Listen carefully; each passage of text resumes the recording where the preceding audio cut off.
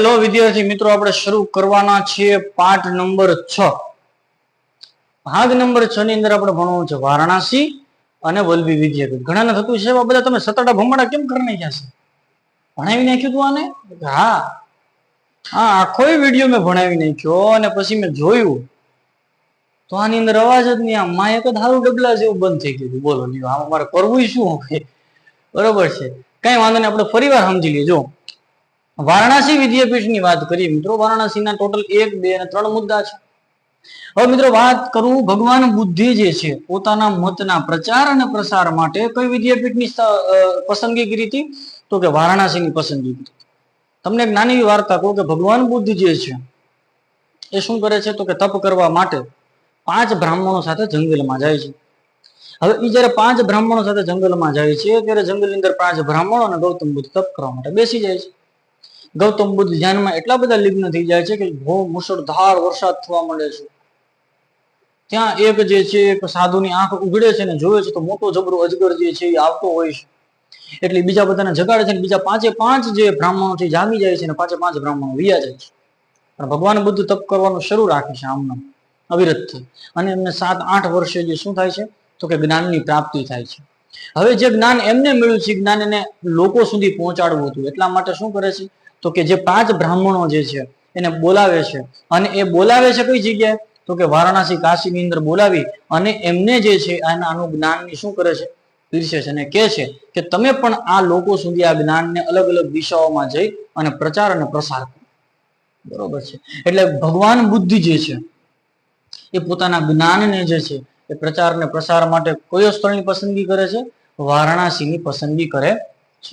આપણે વાત કરીએ મિત્રો મહર્ષિ વેદવ્યાસજી, જો મેં લખ્યું છે આના પહેલાના લેક્ચરમાં મારે ભણાવવાનું રહી ગયું હતું કે મહાભારત જે રચના જે છે કોણે કરેલી છે? વેદવ્યાસજીએ કરેલી છે. રામાયણની રચના કોણે કરી છે? કે વાલ્મીકી ઋષિએ કરી છે. બરોબર છે, આ ખાસ યાદ રાખજો, રામાયણની રચના વાલ્મીકી ઋષિએ કરી છે, મહાભારતની રચના વેદવ્યાસજીએ કરી છે.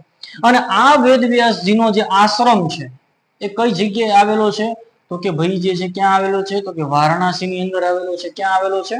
વારાણસીની અંદર જે છે એ મહર્ષિ વેદવ્યાસજીનો આશ્રમ આવેલો છે. એ સાહેબ અમને સમજાય પડતું મૂકો, આ સમજાવો કે વારાણસી યાત્રાધામ તરીકે પ્રસિદ્ધ છે. ઈસવીસન 7મા સૈકામાં ભારતનું પ્રસિદ્ધ વિદ્યા કેન્દ્ર હતું. ઉપનિષદ કાળમાં તે આર્ય અને સંસ્કૃતિ અને ધર્મનું કેન્દ્ર હતું. વિકાસ, રાજા અજાત શત્રુ ઉપનિષદ કાળમાં તત્વજ્ઞાન અહીં વિદ્યાના પોષક હતા. એટલે કે રાજા અજાત શત્રુ દ્વારા ઉપનિષદ કાળ એટલે કે એક ઉપનિષદ, હા જો સાહેબ અહીંયા કમેન્ટ કરવી પડશે તમારે. ઉપનિષદ કેટલા છે મને કોણ કહેશે? જરાક મને કમેન્ટ કરો, વિડીયો પોઝ કરીને જરાક કમેન્ટ કરો છો. ઉપનિષદોની સંખ્યા કેટલી છે? જેને ભાગ જોયો નહીં હોય ને હમણાં ખબર પડી જશે જોઈ કે આને ભાગ જોયો નથી. આ તમારું લેસન છે. આ કમેન્ટ હું વારા ઘડીએ વિડીયોમાં કમેન્ટ શું કામ કહું કે આમાં મારો સ્વાદ તો છે જ, આમ જોવો તો પણ હારવાર મને એમ થાય ને કે તમે કમેન્ટ કરો ને તમારું લેસન છે કે આટલા જણે જોવે છે ને કમેન્ટ કરે છે એટલે એને ખબર પડે છે કે આ વસ્તુમાં આ આવે. સમજાણો? જો કે ભાઈ વારાણસીની અંદર એક તો યાત્રાધામ છે, પ્રસિદ્ધ યાત્રાધામ છે. બહુ શંકર ભગવાનના ખૂબ જ સરસ મજાના ત્યાં મંદિરો આવેલા છે.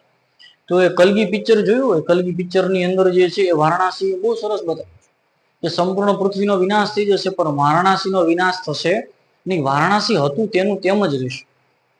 બરોબર છે, તો બહુ સમજવા જેવું છે. વારાણસીની અંદર જે છે એક તો પ્રસિદ્ધ યાત્રાધામ છે અને વિદ્યાનું કેન્દ્ર હતું.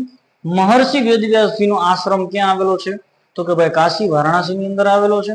ભગવાન બુદ્ધે પોતાના મતના પ્રચાર અને પ્રસાર માટે કયું સ્થળ પસંદ કર્યું હતું તો કે વારાણસી કાશીને પસંદ કર્યું હતું. આટલું યાદ રાખવાનું, સિમ્પલ ને સાદું છે, આમાં કઈ માથાકૂટ કરવા જેવી છે નહીં. હવે વાત કરીએ છે વલ્લભી વિદ્યાપીઠ. વલ્લભી વિદ્યાપીઠ ક્યાં આવેલી છે? જો અહીંયા શોર્ટકટમાં સમજવું હોય તો એ સમજો ને લોંગમાં સમજવું હોય તો સમજો. વલ્લભી વિદ્યાપીઠ ગુજરાતનું વિદ્યા કેન્દ્ર હતું પૂર્વ.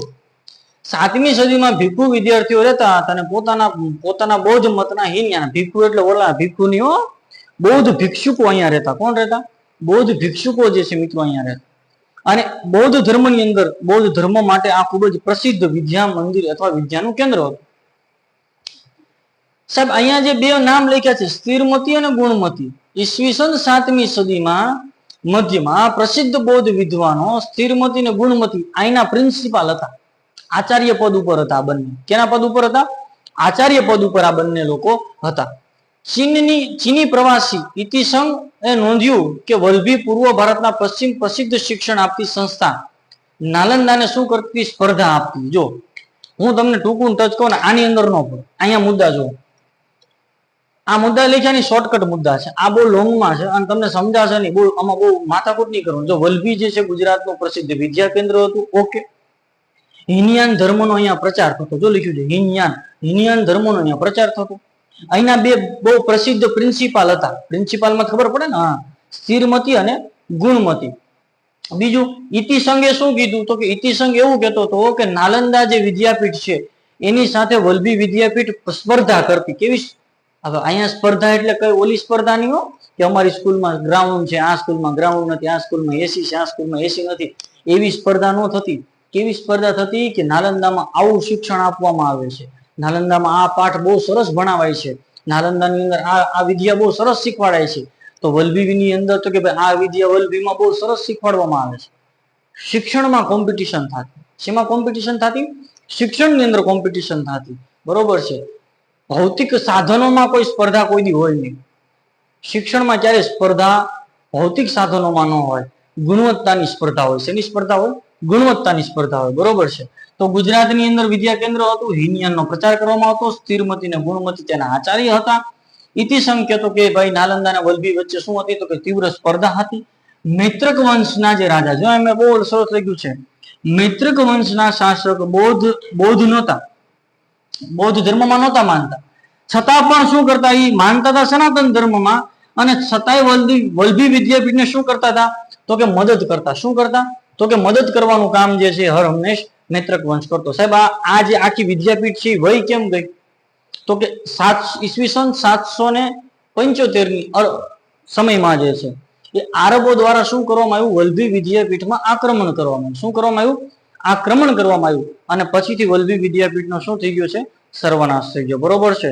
તો આ પાઠની અંદર, આ ભાગની અંદર આપણે વલ્લભી વિદ્યાપીઠ અને નાલંદા વિદ્યાપીઠ વિશે, વલ્લભી વિદ્યાપીઠ અને કાશી વિદ્યાપીઠ વિશે સમજ્યા. બરોબર છે.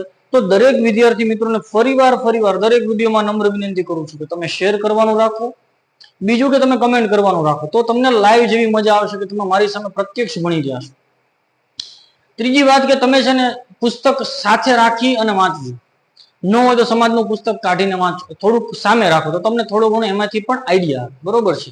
મારી ભણાવવાની પદ્ધતિ એવી છે કે હું જનરલી જે બધા છે મુદ્દા પાડી અને લખું છું કે જેનાથી વિદ્યાર્થીનો શોર્ટકટ ટ્રીક દ્વારા સમજાય જાય. બરોબર છે. અને બને એટલો પ્રયત્ન કરું છું કે મુદ્દાની અંદર થોડોક ઉતરું, જેનાથી તમને એનો ઇતિહાસની પણ ખબર પડે. એમ નહીં કે ભાઈ વાંચી જોયું છે. બરોબર છે. તો આ વિડીયો તમારા લોકો મિત્રો સુધી શેર કરી દો. ચેનલને સબસ્ક્રાઇબ ન કરી પર સબસ્ક્રાઇબ કરી દો. બરોબર છે. ખૂબ ખૂબ આભાર તમારો આ પાઠને જોવા માટે. મળીએ આપણે નેક્સ્ટ પાર્ટની અંદર. ખૂબ ખૂબ આભાર. ધન્યવાદ.